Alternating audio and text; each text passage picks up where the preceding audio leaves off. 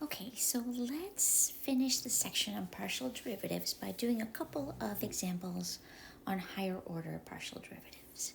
So our first example here is asking us to find a mixed partial of w, first with respect to y, then with respect to x. That's what the notation is telling us. However, in the previous video, I talked a little bit about our mixed partials theorem, which tells us that if our derivatives exist in our continuous, our partial derivatives exist in our continuous as well as the function, then at a specific point, the mixed partials will be equal to each other. So we can choose the order in which we want to differentiate. I'm saying that because if we want to find the mixed partial here, it's going to be a lot easier for us to differentiate with respect to x first. Why do you think?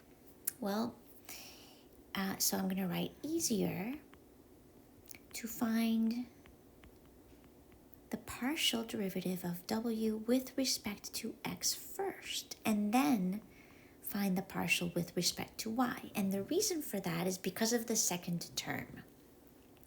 The second term for w only depends on y. So if we differentiate with respect to x, that derivative will be 0. And that's really nice. We don't ever have to apply the quotient rule here. We might, if we differentiate with respect to y first, either the quotient rule or the chain rule, but we can bypass that by choosing to differentiate with respect to x first, since those mixed partials will be equal to each other. So let's go ahead and do that.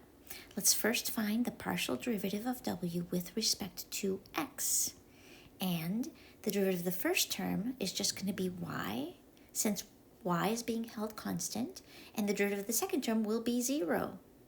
Now, if we differentiate our derivative with respect to x, and now we differentiate with respect to y, because we're trying to find that second order derivative, right? This is going to be del squared of w over dy dx, which is the same as dx dy. This will just be equal to 1. Because now x is being held constant, there's no x, but the derivative of y is just 1. So sometimes, if you have a mixed partial, consider whether changing the order of differentiation might actually be helpful to you. Okay, in the second example here, we have no choice. Well, we just have to find the second order partial derivatives. It'll be a nice way to check for us that Claros theorem actually holds. It'll just be a check. There's no proof here, but let's check. So first, we will find, so here's what we need to do. The second order partials, we're going to need the second order derivative of f with respect to x squared. We're going to need the second order derivative of f with respect to y squared. And then those mixed partials. And again, order here doesn't matter. And we hope to find that we will get exactly the same value for both, no matter what order we decide to do the mixed partials in.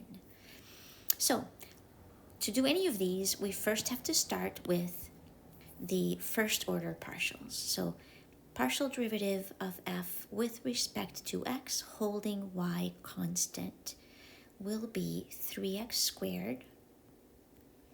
The second term y is constant, so that's just going to be a minus 6xy. I differentiated x squared. And the third term, because y is being held constant, the derivative of y squared will be 0. All right, now let's find the first partial derivative with respect to y. Now x is being held constant, so the derivative of x cubed will be 0. The derivative of negative 3x squared y will just be negative 3x squared. And the derivative of y squared will be 2y. All right, now we're ready to do our 4 second order partial derivatives. So let's start with, I'm going to go ahead and differentiate the first partial with respect to x once more.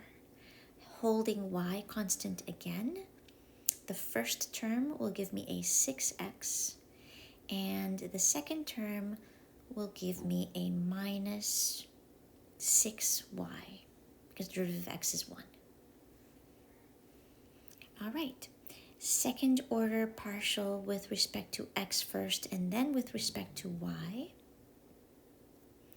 So I'm going to differentiate this partial derivative with respect to y. X is being held constant, so the derivative of 3x squared will be 0, and the derivative of negative 6xy will be negative 6x. Okay, we've got 2 out of the way. Let's do 2 more. Now we're going to do our second order partial with respect to y squared, so twice. We're holding x constant now, and so this will just give us a 2 because the derivative of negative 3x squared will be 0. And then our other mixed partial will be when we do partial with respect to y first and then with respect to x. So now we're going to look up here and hold y constant, and when we take that derivative, we get our negative 6x. And sure enough, in this case, everything's continuous, everything exists, and our second order partials, mixed partials, are in fact equal to each other.